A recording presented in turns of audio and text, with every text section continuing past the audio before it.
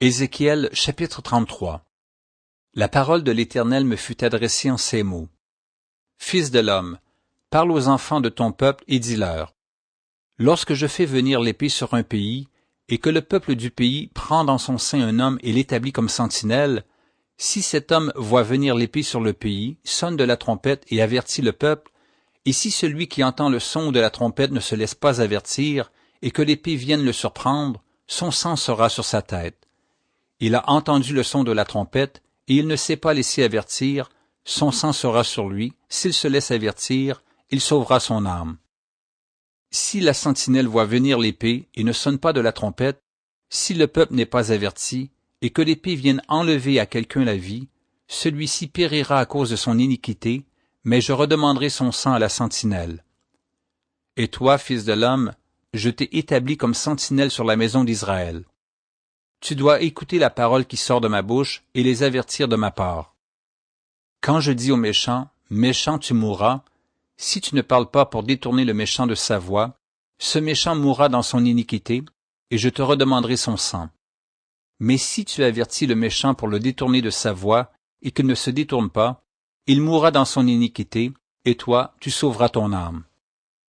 Et toi, fils de l'homme, dis à la maison d'Israël, vous dites, nos transgressions et nos péchés sont sur nous, et c'est à cause d'eux que nous sommes frappés de langueur.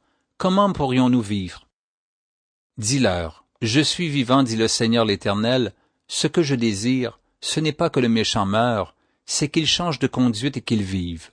Revenez, revenez de votre mauvaise voie, et pourquoi mourriez-vous, maison d'Israël?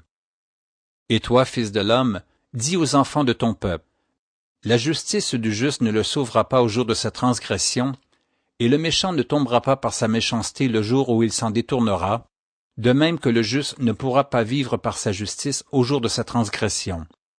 Lorsque je dis au juste qu'il vivra, s'il se confie dans sa justice et commet l'iniquité, toute sa justice sera oubliée, et il mourra à cause de l'iniquité qu'il a commise.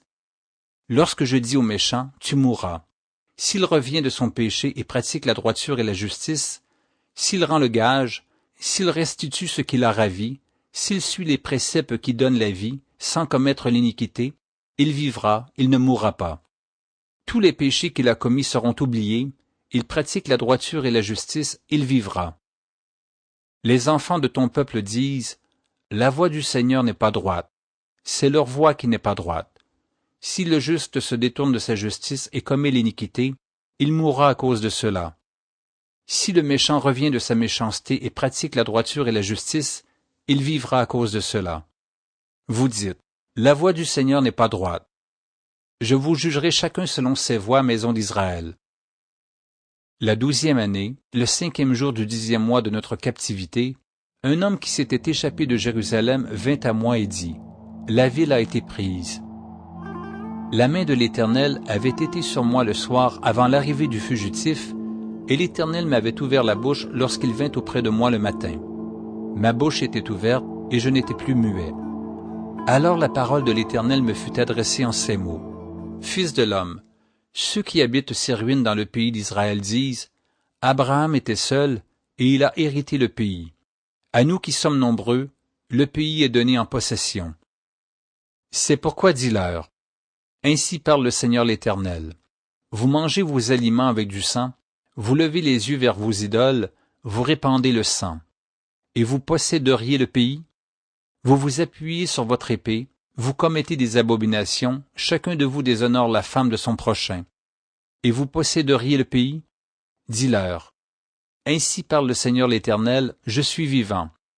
Ceux qui sont parmi les ruines tomberont par l'épée, ceux qui sont dans les champs, j'en ferai la pâture des bêtes, et ceux qui sont dans les forts et dans les cavernes mourront par la peste. Je réduirai le pays en solitude et en désert, l'orgueil de sa force prendra fin, les montagnes d'Israël seront désolées, personne n'y passera.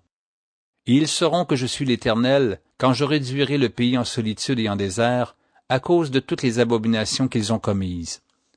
Et toi, fils de l'homme, les enfants de ton peuple s'entretiennent de toi près des murs et aux portes des maisons, et ils se disent l'un à l'autre, chacun à son frère, « Venez donc, et écoutez quelle est la parole qui est procédée de l'Éternel. » Et ils se rendent en foule auprès de toi, et mon peuple s'assit devant toi. Ils écoutent tes paroles, mais ils ne les mettent point en pratique, car leur bouche en fait un sujet de moquerie, et leur cœur se livre à la cupidité. Voici, tu es pour eux comme un chanteur agréable, possédant une belle voix et habile dans la musique. Ils écoutent tes paroles, mais ils ne les mettent point en pratique. Quand ces choses arriveront, et voici, elles arrivent, ils sauront qu'il y avait un prophète au milieu d'eux.